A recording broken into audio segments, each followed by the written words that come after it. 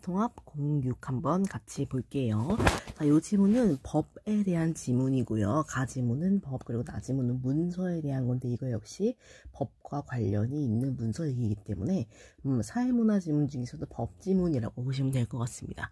여러분 아시다시피 법 지문은 시험에 나오면 상당히 까다롭고 또 이제 적용해야 될 것도 많아서 어려운 지문이에요. 그러니까 일단 역순국강에서 나왔을 때 조금 꼼꼼하게 정리하고 들어가시는 게 좋겠죠. 자, 들어가 봅시다. 법, 윤리 등의 규범은, 자, 그러면은 법, 윤리는 다 뭐다? 규범에 포함이 된다라고 봐야겠죠. 법과 윤리와 같은 규범, 그래서 규범 안에는 법도 있고 윤리도 있다라는 거네요. 사회 구성원들에게 행위의 지침을 제공한대요. 아, 그럼 뭐예요? 법과 윤리 모두 뭐야? 행위 지침을 제공하는 거래. 이 중 법, 규범은 그래 우리 앞에서 규범에 법과 윤리 같은 게 있다 그랬잖아요. 그치? 그 중에서 법에 대해서 얘기할 거래요. 법 규범은 다른 규범들과 달리 법관이 재판을 할 때에도 판단의 근거가 된대요. 아, 그렇다는 건 뭐야? 다른 규범들은 법관이 재판을 할 때 판단의 근거가 되지 않는다는 거겠죠? 자, 법 규범 중 가장 중요한 것은 국가기관이 법조문의 형식으로 제정하는 실정법이래요. 아, 그러면은 법 규범에서 가장 중요한 건 바로 뭐다?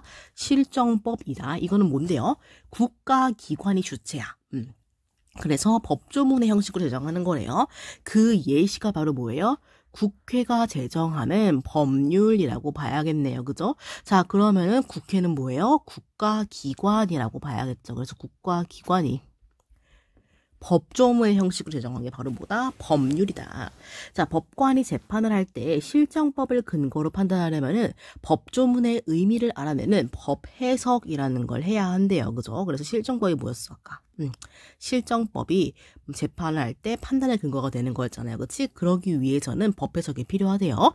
자, 물론 법조문에 사용된 단어 중에서는 해석을 거치지 않아도 곧바로 의미를 파악할 수 있는 게 있대요. 이렇게 3개월, 1,000만 원 이런 식으로 구체적인 수치가 나오는 것들이 바로 그 예시겠죠.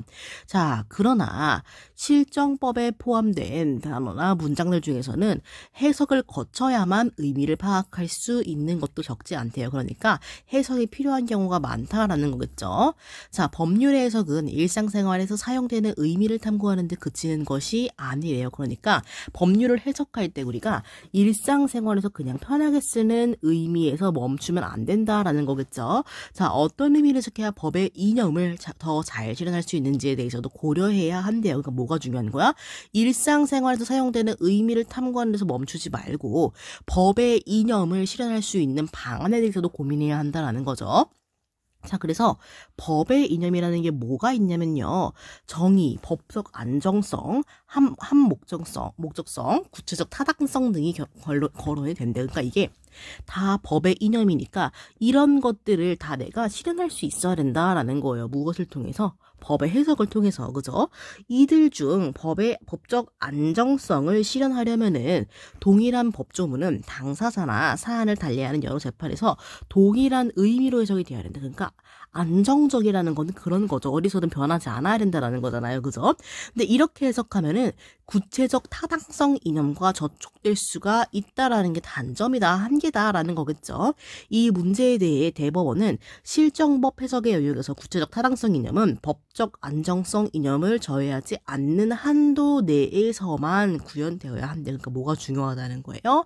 법적 안정성 실현을 저해하지 않는 정도에서만 구체적 타당성 이념이 실현이 돼야 구현이 되어야만 하는 거니까 어쨌든 얘가 조금 더 중요하다라는 거겠죠. 이렇게 그죠?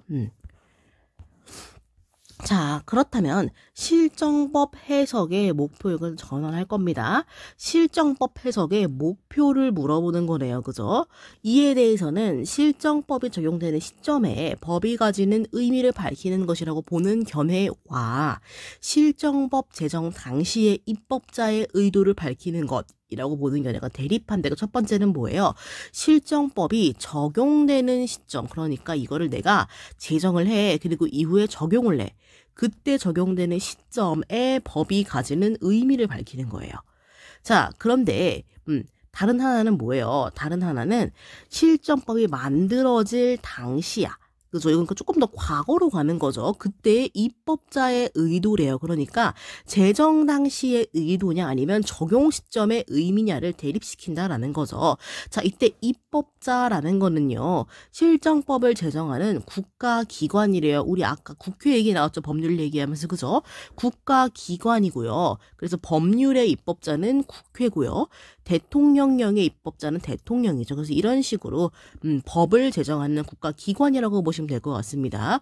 자, 해석의 목표라는 건요. 그래서 법조문의 의미를 파악하기 위해 활용되는 방법들인 해석 방법이랑은 다른 개념이지만 관련은 된다라는 거겠죠. 그래서 우리 아까 얘기했던 해석의 목표 그리고 해석 방법이 어느 정도의 관련이 있다라는 걸 이야기하는 거죠. 지금. 그래서 우리가 목표에 대해서 얘기하고 있으니까 당연히 모두 나와야 돼.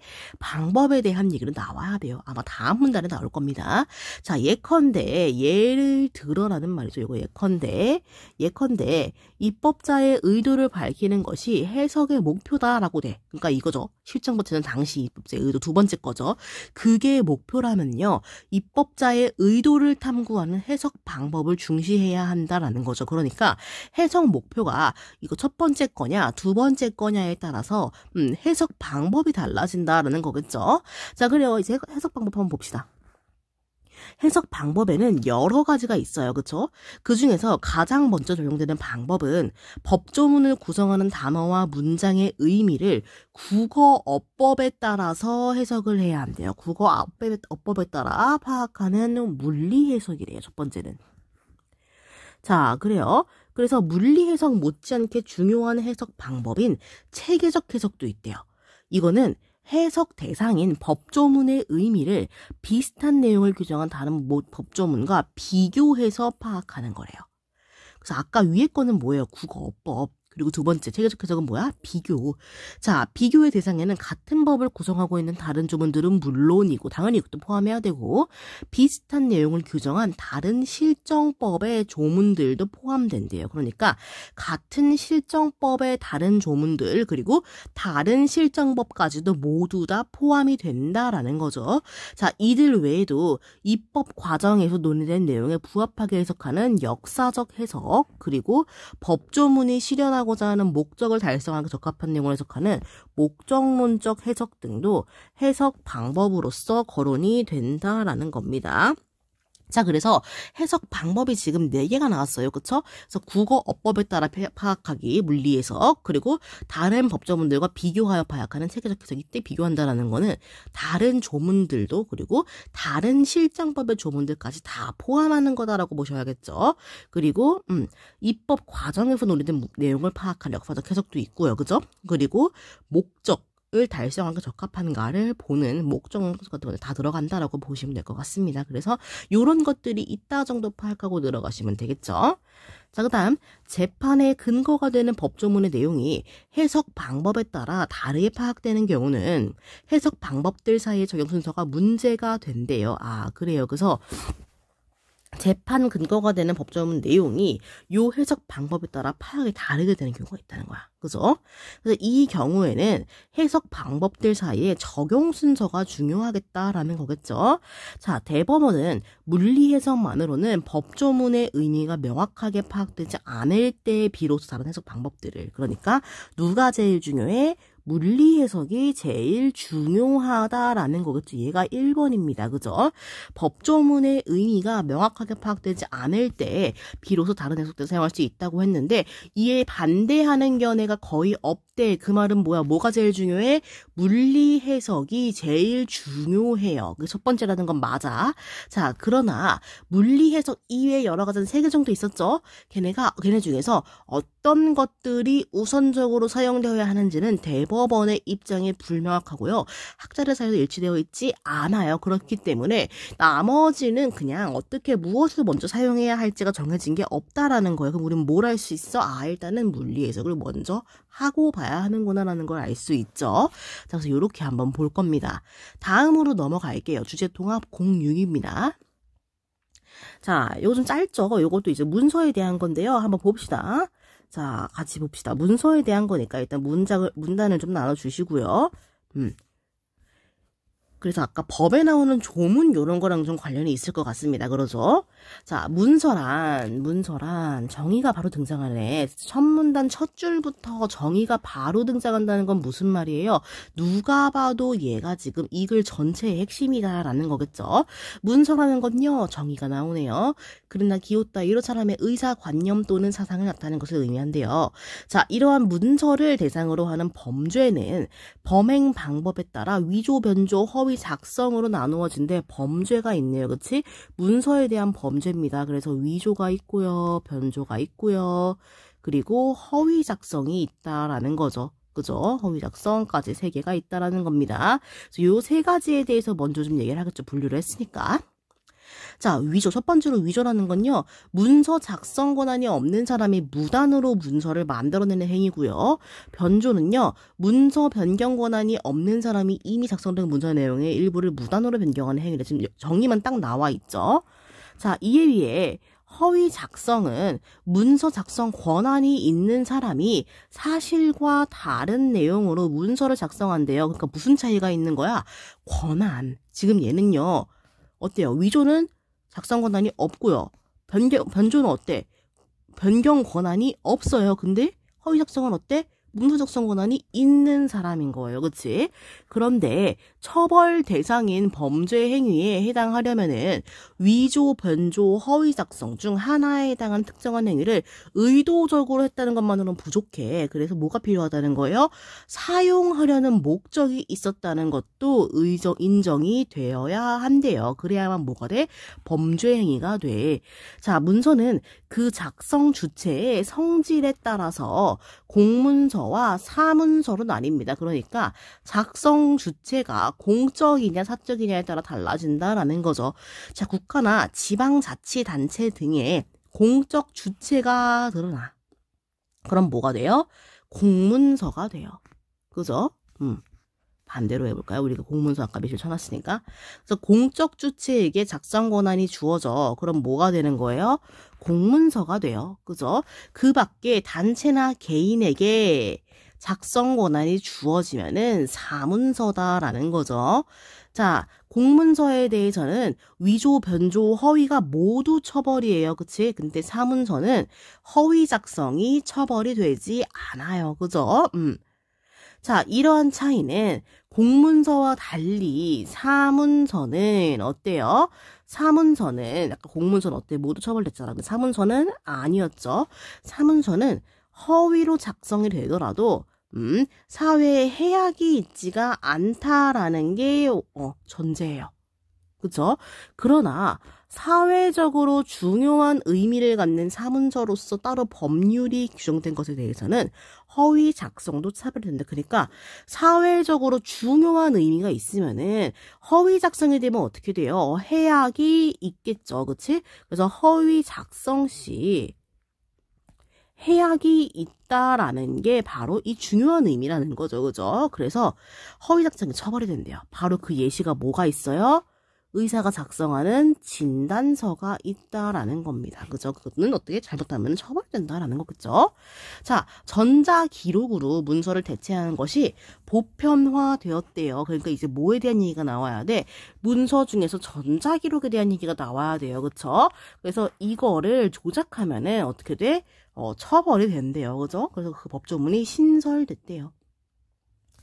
자, 그래요. 범죄와 형벌을 규정하는 형법의 조문은 다른 실정법에 비해 더 엄격하게 해석이 되어야 한대. 그러니까 형법이라는 건 뭐예요? 형법이라는 건 범죄와 형벌을 규정하는 거야. 그치?